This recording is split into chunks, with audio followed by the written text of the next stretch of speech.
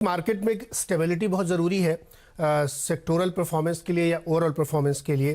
तो अभी हम लोग देखें तो वैल्यूएशंस काफ़ी कंफर्ट जोन में आते हुए दिख रहे हैं। जो बहुत एक्स्ट्राऑर्डिनरी ऊपर गए थे वो काफ़ी करेक्ट हुए, लेकिन अभी भी लगता कहीं कहीं पे ऊपर है। ज़रूरी उससे बड़ी बात मैं आपसे ये समझना चाहता हूँ कि आप लोगों के नज़रिए से आप एक स्टेबिलिटी कब तक आते हुए देखते हैं कि मार्केट कंसोलिडेशन जोन में ही चला जाए लेकिन एक स्टेबल हो जाए। अभी तो वो कंटिन्यूस समझ में नहीं आ रहा कि इंटरेस्ट रेट ट्रेजेक्ट्री किधर जाएगी, क्रूड ऑयल की ट्रेजेक्ट्री क्या बन रही है, या इवन जो वॉर जोन बना हुआ है यूक्रेन का वहाँ क्या हो रहा है। तो आपको भी लगता है कि अभी अनसर्टेनिटी है, कुछ फर्म में कहा नहीं जा सकता, या आपको लगता है कि 1, 2, 3 क्वार्टर के बाद ये स्टेबिलिटी आपको दिखती है? नियर टर्म देखें तो डेफिनेटली अनसर्टेनिटी है, खास करके क्रूड प्राइसेस को लेकर, क्योंकि इंडिया का काफी क्रूड हम बाहर से इंपोर्ट करते हैं, सो काफी स्टेबिलिटी वहां आना जरूरी है। और जब तक वो नहीं क्लियर होता है डेफिनेटली अनसर्टेनिटी है। उसके अलावा इंटरेस्ट रेट ट्रेजेक्टरी भी कैसे ग्रो कर रहा है, इनफैक्ट अगर वो ग्रोथ को इम्पैक्ट करने लगता है एक पॉइंट के बाद तो वो भी एक अनसर्टेनिटी है। तो काफी अनसर्टेनिटीज है मार्केट में at this point in time. और नियर टर्म में यही व्यू है कि शायद ये मार्केट एक कंसोलिडेशन जोन में रह सकता है। पर जैसे कि मैंने कहा कि कुछ पॉकेट्स हैं जहाँ पे शायद इम्प्रूवमेंट देखने मिल रहा है और इम्प्रूवमेंट कंटिन्यू हो सकता है आगे जाकर।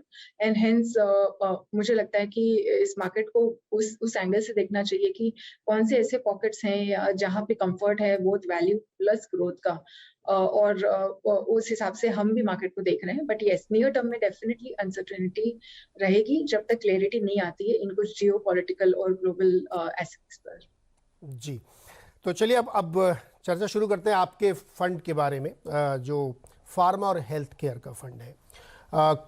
अनफॉर्चुनेट था, लेकिन कोविड की वजह से सेक्टर में एक प्रीमियम ऐड हुआ था और इसीलिए पिछले 3-5 साल के रिटर्न देखिए तो एक्स्ट्राऑर्डिनरी रिटर्न इन कंपनीज ने, सेक्टर्स ने दिए हैं।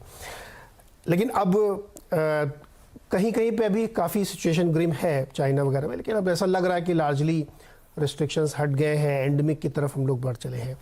तो सेक्टर पे आपका ओवरव्यू क्या है इस समय जिसका फंड आप मैनेज कर रही हैं? फार्मा सेक्टर को देखें तो ये एक सेक्टर ने काफी अंडर परफॉर्म किया है ब्रॉड मार्केट्स को। Even on a year two year basis पे अगर हम देखें तो ये सेक्टर ने नेगेटिव रिटर्न दिया है on a yearly basis also. So ये एक अंडर परफॉर्मर रहा है ब्रॉड मार्केट्स के कंपैरिजन में। ये सेक्टर को अगर मैं देखूं in terms of outlook and in terms of financials, definitely इसको दो हिस्सों में देखना चाहिए। एक है कि डोमेस्टिक और एक है यूएस। ये दोनों ही बहुत इंपॉर्टेंट मार्केट्स होती हैं सेक्टर के लिए।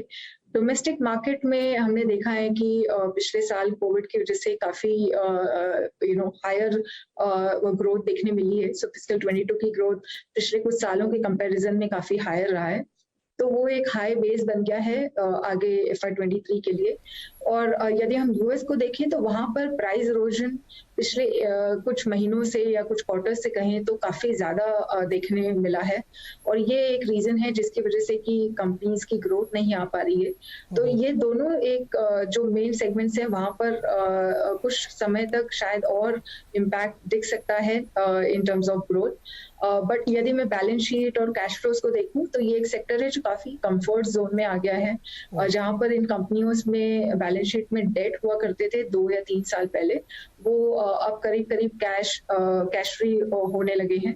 कैश फ्लोज भी हम देखें तो रेगुलर बेसिस पे कंपनीज के रिलेटिवली इम्प्रूव हुए हैं पिछले कुछ सालों में। सो डेफिनेटली ऑन फाइनेंशियल्स कुछ कंफर्ट है। तो बट जब तक हमें यूएस की प्राइस इरोजन पर कुछ कम होते नहीं दिखते वो नंबर्स, तब तक ग्रोथ इस सेक्टर में आना थोड़ा डिफिकल्ट है। बट यदि 2 या 3 साल के व्यू से देखें तो ये दोनों डोमेस्टिक और यूएस में ग्रोथ विजिबिलिटी काफी है। पाइपलाइन को देखें, प्रोडक्ट्स जो कंपनियां जिस पे काम कर रही हैं, R&D कर रही हैं और जिनकी फाइलिंग की हुई है, ये सारे एस्पेक्ट्स यही पॉइंट आउट करते हैं कि from a 2 to 3 year horizon यहाँ पे ग्रोथ की विजिबिलिटी बन सकती है आगे चलकर।